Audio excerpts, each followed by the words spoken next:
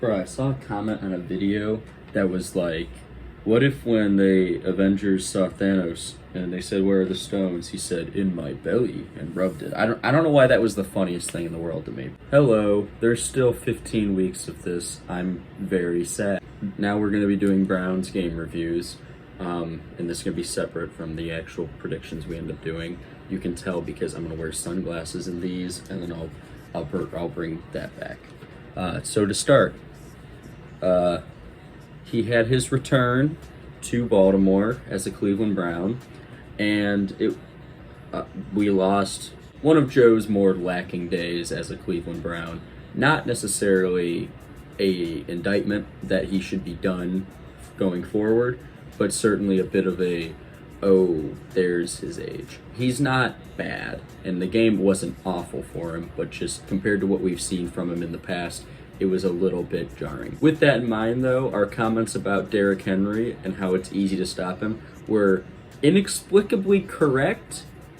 Like, we genuinely held Henry to one of his worst games ever, and we consistently seem to be doing that. Like, I think his best run of the day was like 8 yards.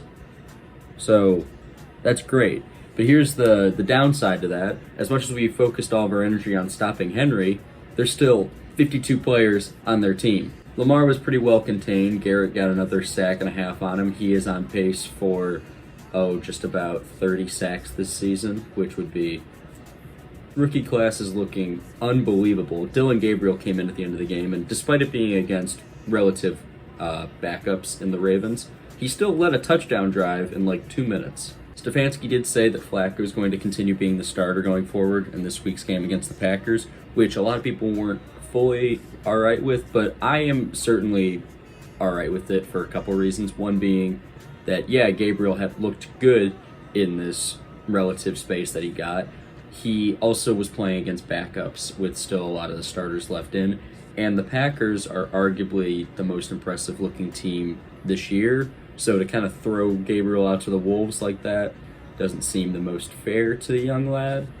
And in addition to that, Flacco does have that experience, and he did still throw for near 200 yards and a touchdown pass. As much as I was upset that the Browns traded away their pick to get Travis Hunter, it looks like this was actually a good thing. We turned Hunter into Mason Graham, who has been a lot better in that second game versus against the first game. We also were able to get Quinshon Judkins, and we still have a first-round pick next year from the Jaguars, where no matter how well the Jaguars do, we get their first overall pick. So overall, I was expecting a loss. I wasn't expecting that ugly of one. The score to one side, it wasn't like a horrific performance or anything, but just not what you're hoping to see, especially when you consider the fact that the Browns and Ravens will always have that matchup where one's really good, one's really boring, and unfortunately this was the more boring one. The offense wasn't good, but it showed a lot of bright spots. Defense looks great. Special teams could be better. Bojorquez obviously got a little stinger when he got the blocked punt, which isn't good, but he came back onto the field just fine, it seems, so everything's a-okay there.